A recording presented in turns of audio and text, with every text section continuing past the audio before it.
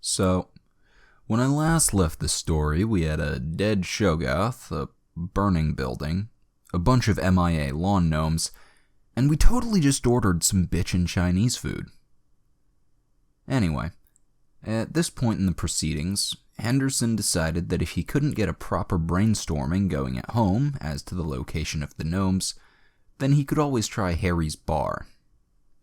Good old Harry was scared proper shitless of Henderson after an incident with a commie bastard pinball machine prior to the game's start, so he could drink in peace and no one really bothered him about the mounting tab. So he's sitting there, working on a new plan of action with his two best friends, Mr. Daniels and Mr. Walker, when suddenly a news report comes on. Apparently, some woman was commenting about how the quiet religious group a few blocks away from the bar had just got their shit wrecked. Henderson was very interested in knowing that they were not, in fact, Mormons, but rather disciples of the Yellow King, which apparently were a radical sect of Buddhism that had the details promptly ignored since there was a hockey game on.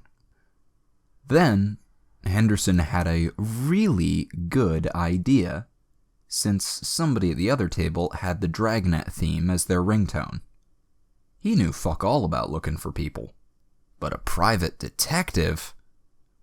So after a few minutes in the phone book, he decides to literally call the first name he saw under the PI heading. By sheer freakish coincidence, the phone in the detective player's office starts to ring. Hello? I need a man who's good at finding things, doesn't have any great love of religious loonies, and doesn't mind maybe shooting an ugly-ass poodle or two. I'm sorry, but who is this? Name's Henderson. I need some help from a professional. No argument here. So, you're looking to hire a PI? Yep. Had something precious stolen away from me. And that was? Roughly $40,000 of lawn gnomes. There was a silence, both in-game and at the table. What? No, I'm not saying it was cultists, but I'm pretty sure it was cultists. Or aliens, but that seems unlikely given the circumstances. If you're interested, we can talk down at Harry's on the south side by the river. And then he hung up. Since the detective was quickly getting nowhere with his missing persons case, he decided it'd be good for a laugh. Henderson, meanwhile, had discovered that Harry had acquired a Pac-Man arcade machine, and decided to fill the scoreboard with profanity. So when the detective arrives, he asks for some guy named Henderson, and was promptly pointed to a man in unusual attire who was teaching a girl how to shoot pool. Henderson? Hold on just a second. The important part of a shot in pool is to make sure it's smooth. Take all the time you need to line up the shot. Don't let him rush you, he says. And then he sinks his last 3 balls and the 8 in one stroke. He then turns to the detective, who promptly recognizes him and tries to leave. Too bad for him, Henderson decided to follow. So, how do you think you're going to go about this? I'm going to get the hell back in my car and leave the crazy-ass arsonist murderer behind. No shit. He looks over his shoulder, back at the bar. Which one? He looks at the detective, poking him in the chest. What? The church. You burned down a church. They started it because you walked in with a shotgun? He asks, exasperated at the infuriatingly flawless logic of a complete asshole. No, because they stole my goddamn lawn gnomes. Yeah, you mentioned that. How do you fucking steal $40,000 in decorative lawn fixtures? Where the hell did you even get that many gnomes? I worked briefly as a prostitute in Thailand. The antique gnome collection was my retirement plan. What? Ended up riding some dude's junk all the way back home. Hell of an uncomfortable ride. Let me tell you. Not meant for the ocean blue. And I would know. You understand the logistics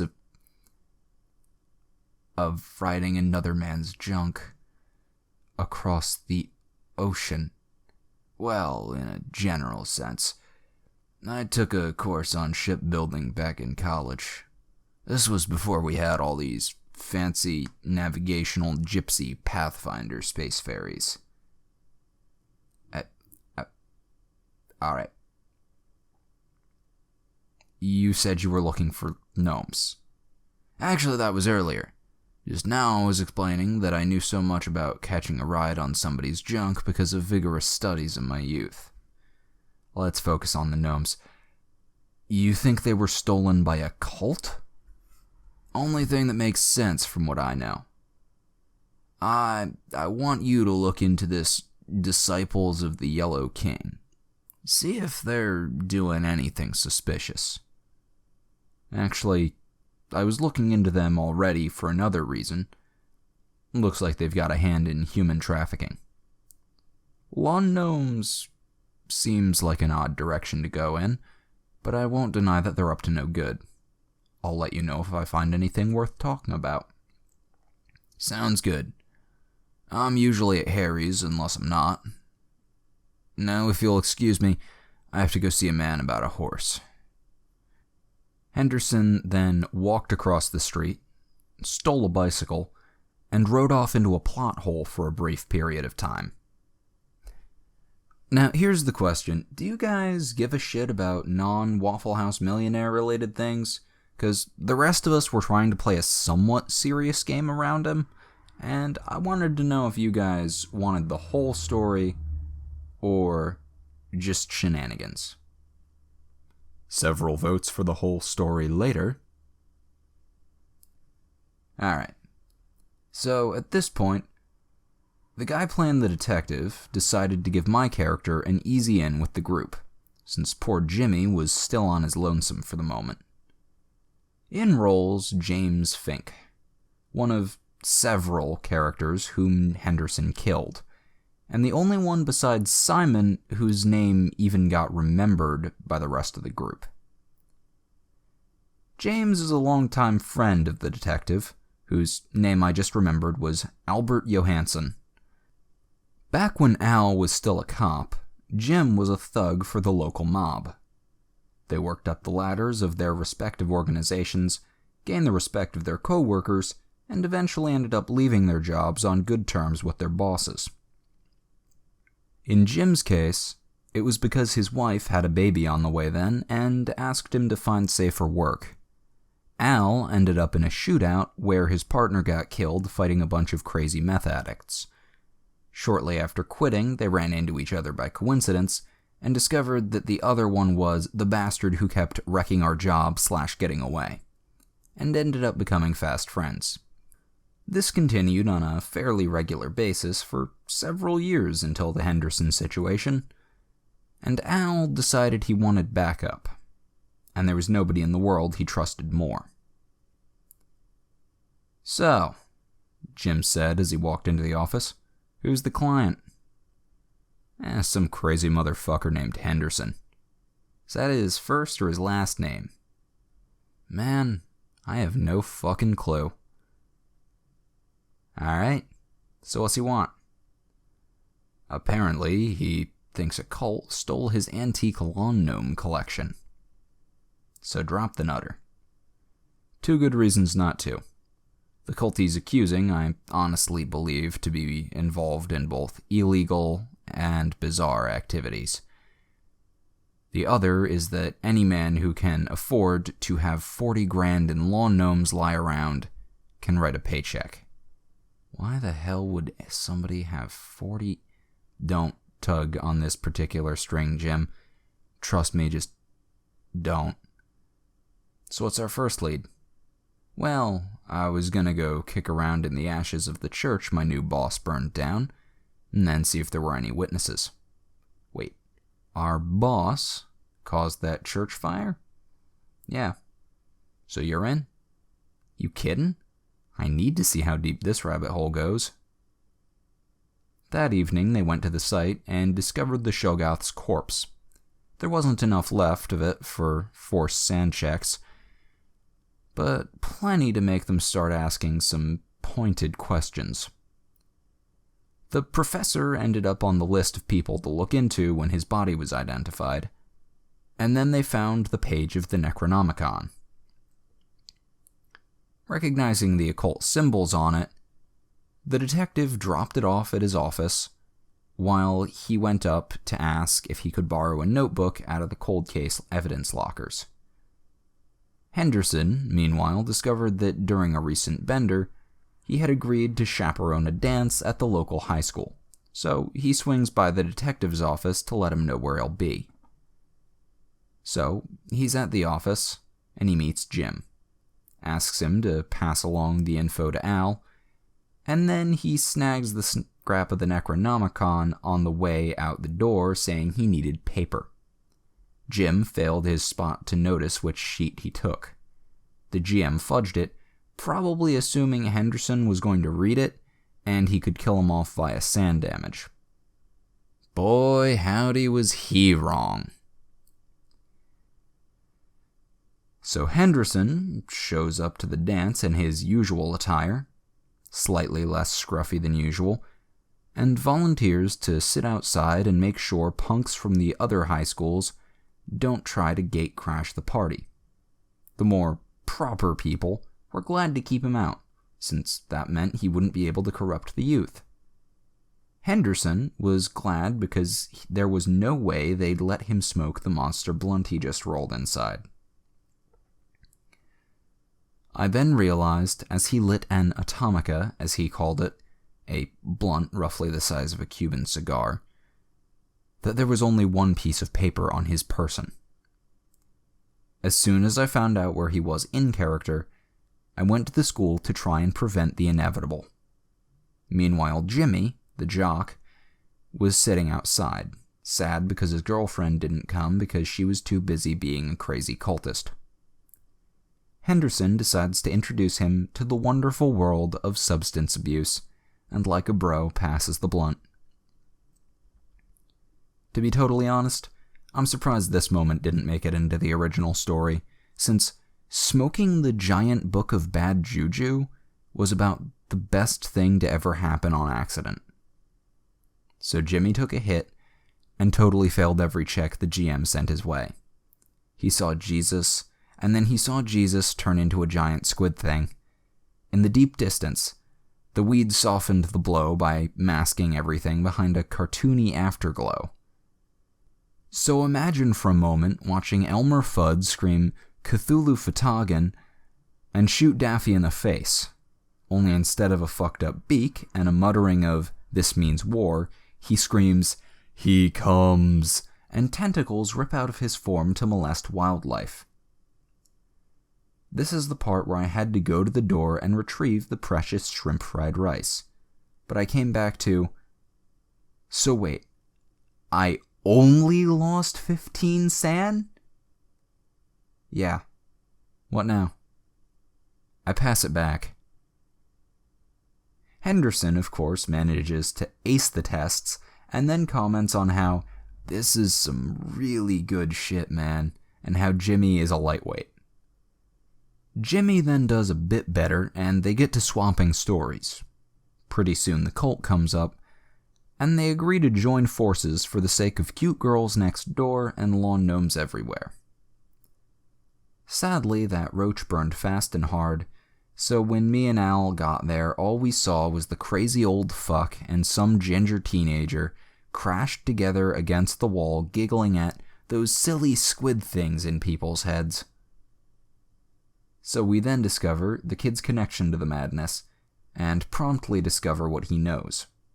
this leads to the 3 people who didn't have school tomorrow, both in and out of game, to prepare a stakeout at some church. So, at this point, we all get in Jim's van and park down the street from a church. The church happens to be on the end of a road at a T-shaped intersection, and we're parked a bit up the way from it. Man, stakeouts are boring. No shit, Henderson. You have anything useful to contribute? Not really. Should have brought a book or something. Would you be paying attention to the building if you had reading material? Not really. Then I guess that would defeat the purpose of a stakeout, wouldn't it? Not if you 2 were watching. Hell, we could have 2 of us watching while the 3rd man plays bait. You'd volunteer for that? Beats the fuck out of sitting in a van with 2 dudes who won't even let me smoke. Didn't you smoke evidence the last time you lit up? I regret nothing. Fuck it. You guys hungry or something? I'm gonna go grab some munchies from the gas station. Bring coffee. And some cheese doodles. Alright. Back in. Fuck it, just leave the doors unlocked. And he went in search of snacks. When he hopped out of the van, one of the cultists happened to see him on a lucky roll. And as he walked around the corner into the gas station, they ran out and beat the shit out of the 2 guys left behind. About the time we got dragged into the building, Henderson had finally got out of the bathroom. About the time we got tied to the altar, Henderson had stopped to try on hats. About the time the ritual reached its height, Henderson was debating which AC/DC album was best with the cashier. The end result of that argument was that, while they couldn't decide if Back in Black or Dirty Deeds was the best album, Black Ice was pretty boss and heralded only good. So then, with some tense tests of willpower and resolve, Al managed to free Jim and hold off the cultists while an evil presence steadily took chunks off his sand score until he was no longer able to resist. Smiling in malicious glee, Hostor began to stalk his new prey. At this point in time, Henderson had just walked out of the store, just in time to see my character get murder-glomped by a monster wearing my friend's face. So he does the only logical thing he could. He stole a fucking fuel truck. So then we find out he was packing C4 and was making all sorts of tests while gunning it down the road towards us. He made it and bailed just in time for the truck to hit him off me and run my ass over. Hoster rode that truck to its end while Henderson placed a call to Jimmy. Hey kid, Henderson there. Found out what the nasties are weak against. What's that, Mr. Henderson? Point blank annihilation. He then hangs up the phone and proceeds to walk off. I finished bleeding to death 2 turns later. That's right. Motherfucker left me to die. Sure, it wasn't like I was screaming for help, but he could have at least checked. Since I'm not sure how familiar TG is with certain Cthulhu-based rulebooks, I was basically in what D&D calls alive with negative hit points. So, helpless, dying, but there's still hope. Until the back trail ignited, and the tiny amount of fire damage ended me. My one consolation was that the fire blew up the gas station and took the bar he left me for with it. Then, the detectives player, after the fastest reroll I've ever seen, entered stage left. William Brocklaw runs in and yells about how his newly refurbished bar just got destroyed on the evening of its grand reopening. Hey man, if it makes you feel any better, I can help you get back at the people who did this. Who are you? Name's Henderson. And this is my right-hand man, Rupert. And you know who did this? Fairly certain I do. Ever hear of the Disciples of the Yellow King? Are you saying this was done by cultists? Look, I'm not saying it was cultists, but it was probably cultists. Come on, your bar might be gone, but it's not the only watering hole in town. Ever hear of a pub called Harry's?